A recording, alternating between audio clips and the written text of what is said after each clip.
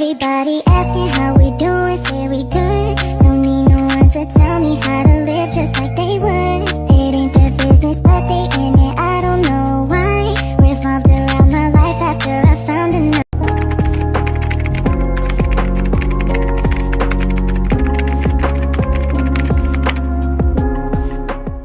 Bayi tabung adalah salah satu solusi bagi pasangan suami istri untuk mempunyai anak.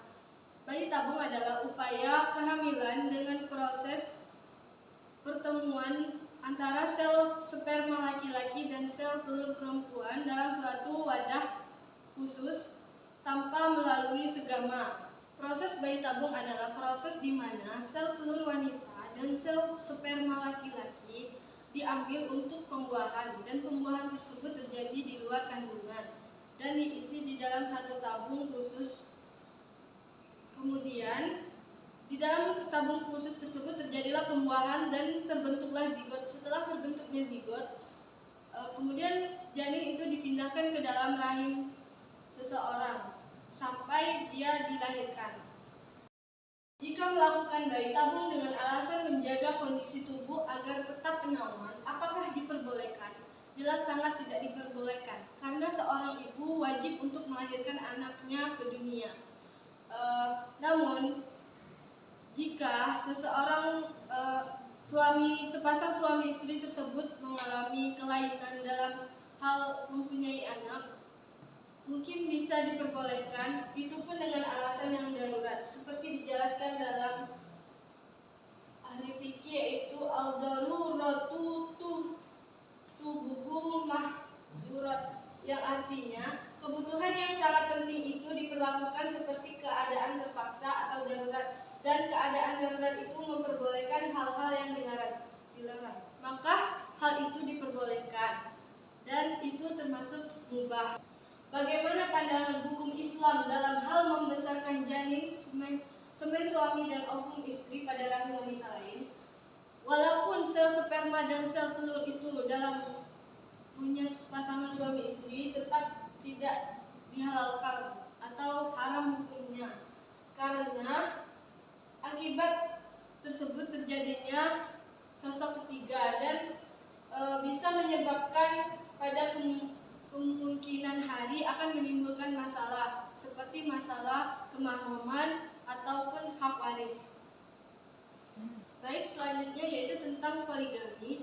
Saya sangat setuju dengan poligami jika seorang suami tersebut bisa berlaku adil kepada istri-istrinya, seperti memberinya nafkah, memberinya tempat tinggal yang layak, dan membagi waktu yang tepat. Namun, jika seorang suami tersebut tidak bisa melakukan hal tersebut, maka cukup satu orang istri saja. Pandangan hukum poligami di Indonesia yaitu ditentukan pada pasal 3 ayat 2 Undang-Undang Perkawinan, yang mengatur secara jelas bahwa pengadilan dapat memberi izin kepada seorang suami jika pihak-pihak bersangkutan menyetujuinya. Dan pasal 56 ayat 1 yang menerangkan suami yang hendak beristri lebih dari satu harus mendapatkan izin dari pengadilan agama. Kemudian dasar hukum poligami menurut hukum Islam terdapat di surat An-Nisa ayat 3 yang artinya, dan jika kamu khawatir tidak akan mampu berlaku adil terhadap hak perempuan yatim, bila mana kamu menikahinya, maka nikahilah perempuan lain yang kamu senangi, 2, 3, atau 4. Tetapi jika kamu khawatir tidak akan mampu berlaku adil, maka nikahilah seorang saja atau hamba sahaya perempuan yang kamu miliki. Baik, selanjutnya tentang aborsi.